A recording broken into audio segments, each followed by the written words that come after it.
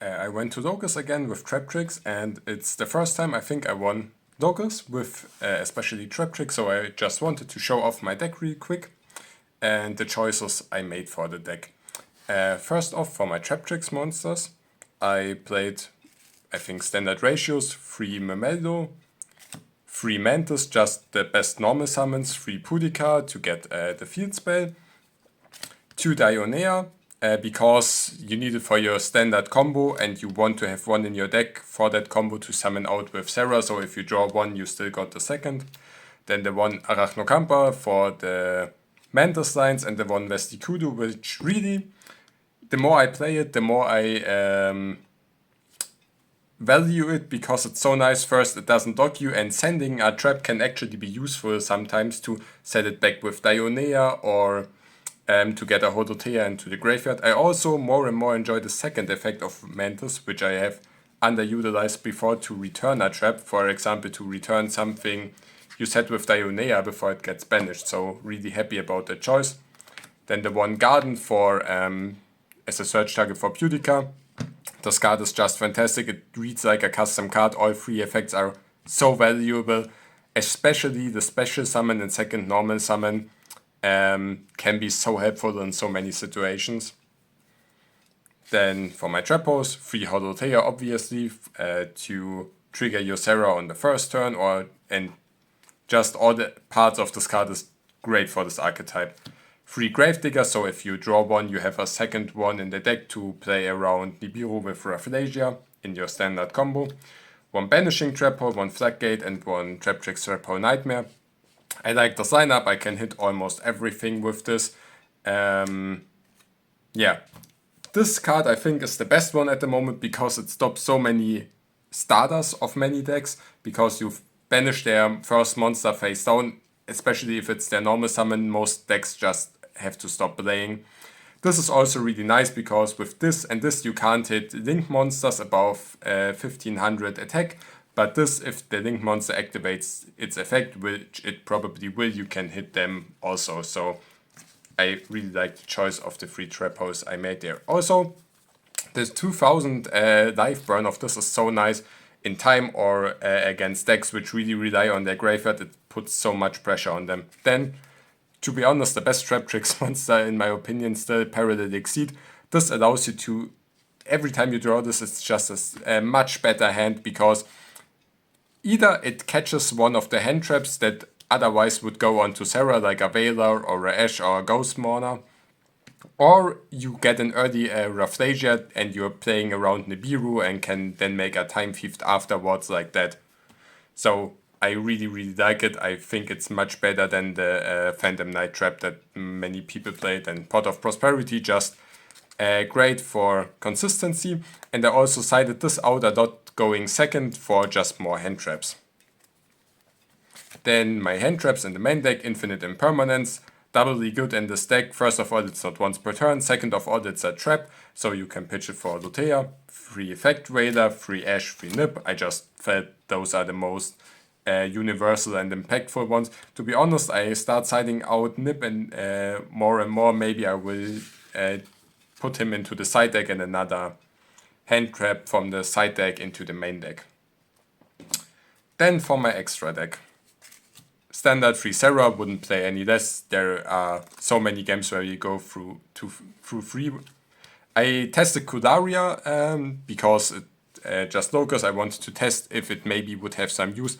And this card would be broken if it wouldn't summon the monster in the end phase in defense position, and you could summon back Serra, but the one fact that it summons a monster in defense position just hinders this card so much.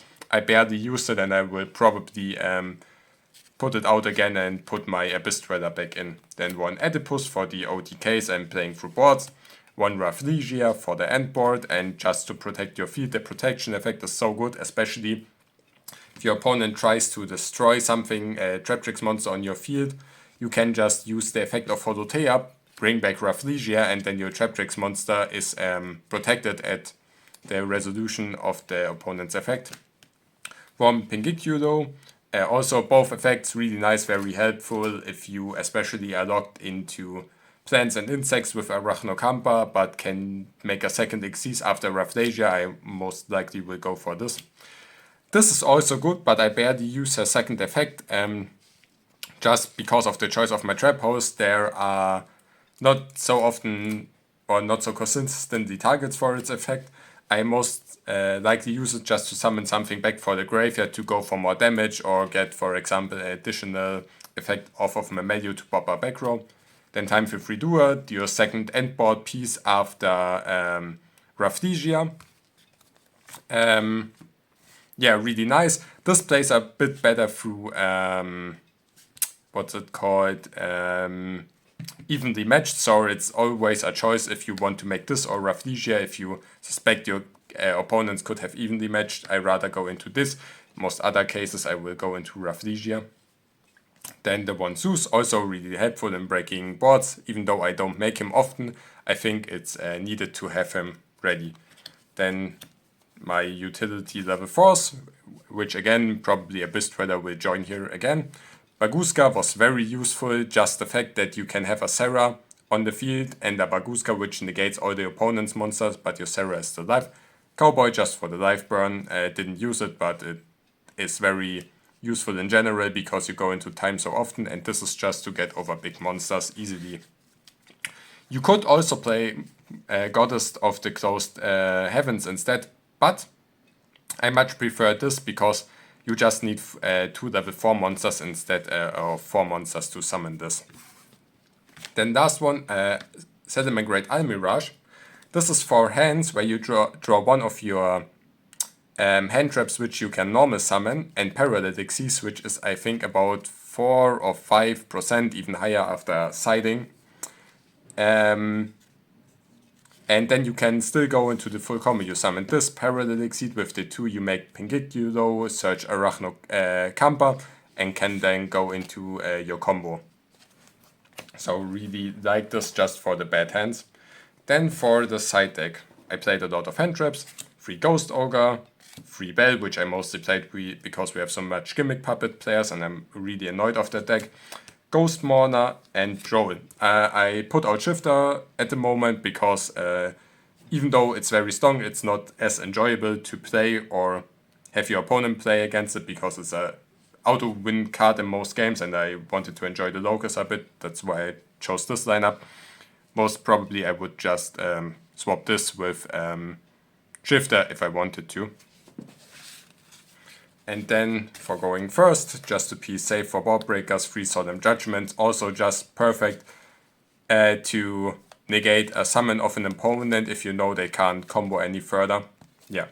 And what I wanted to mention, I decided going second, against stuff like Gimmick Puppet or heavy combo decks, which I have problems breaking the board, I not only side out the Pot of Prosperity, I also started siding out 3 engine cards, which are usually those 3, which gives me a lot of freedom to put in many hand traps, because with this I then play 18 hand traps in the main deck, which gives a really good chance to open 2 or 3 of them and stop your opponent from setting up a big board, or at least make it so that they have a manageable board or don't FTK you if it's Gimmick Puppet. I really enjoyed that choice and I'm really happy. Let's shortly go over my matchups. The first one was against another Traptrix player, which was a relatively easy game because he just played 3 structure decks and wasn't that experienced, but it was still a really fun game. I think he also had fun. Then I played 2-0 against Stun.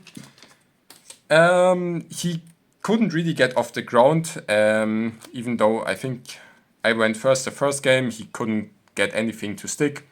I denied all his summons of his Floodgate monsters with either Floodgate Traphold or Banishing Traphold, and dismantled his back row 1 by 1 with the special summon effect of Memelo, which is not once per turn. So if you can summon Memelo 2 or 3 times per turn, he just doesn't have any back row left. Then the next game I sided in my judgments, even going second, because I know the game was going to be a slow one, and it paid off. Again, he didn't get one of his special summon locks up turn 1, so I could play, and I dismantled his board step by step. Also, of course, my Traptrix extra deck monsters are unaffected by traps, which is really, really helpful against the deck, so clean 2-0. Then I played against Gimmick Puppet.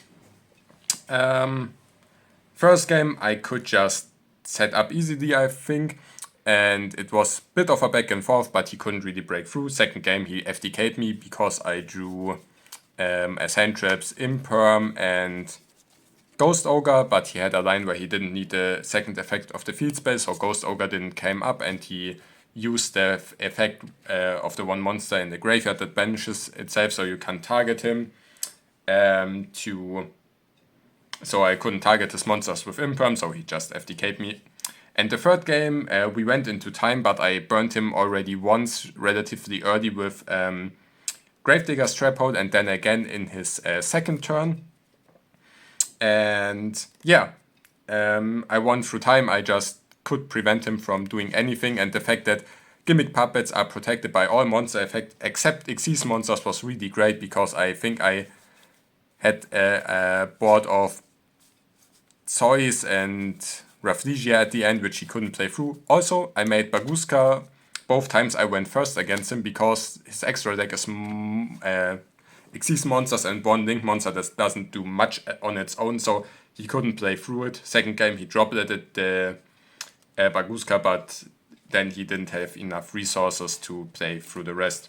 Last game I played against Whitewoods, 2-1. It was really close, to be honest. First game it was relatively nice because he went first, but I hand trapped his normal summon and he couldn't do anything else. Second game he started, he made a board through many hand traps. He just ended on an SP Little Knight, but that was enough because I only had one Pudika to normal summon. Then he banished Pudika and the Little Knight, and my turn was over. And then he whittled me down little by little. The last game I went first again, and I just could stop him from playing at all. Was really nice, really interesting match. He played Bestias and the Toy Engine with White Forest, and I really enjoyed it. So 4-0 with Traptrix, really nice, especially because it's my favorite deck, and it's the deck I also started playing again with, so I'm really happy I won my first locus after getting back into the game with the deck. Yeah, that's it.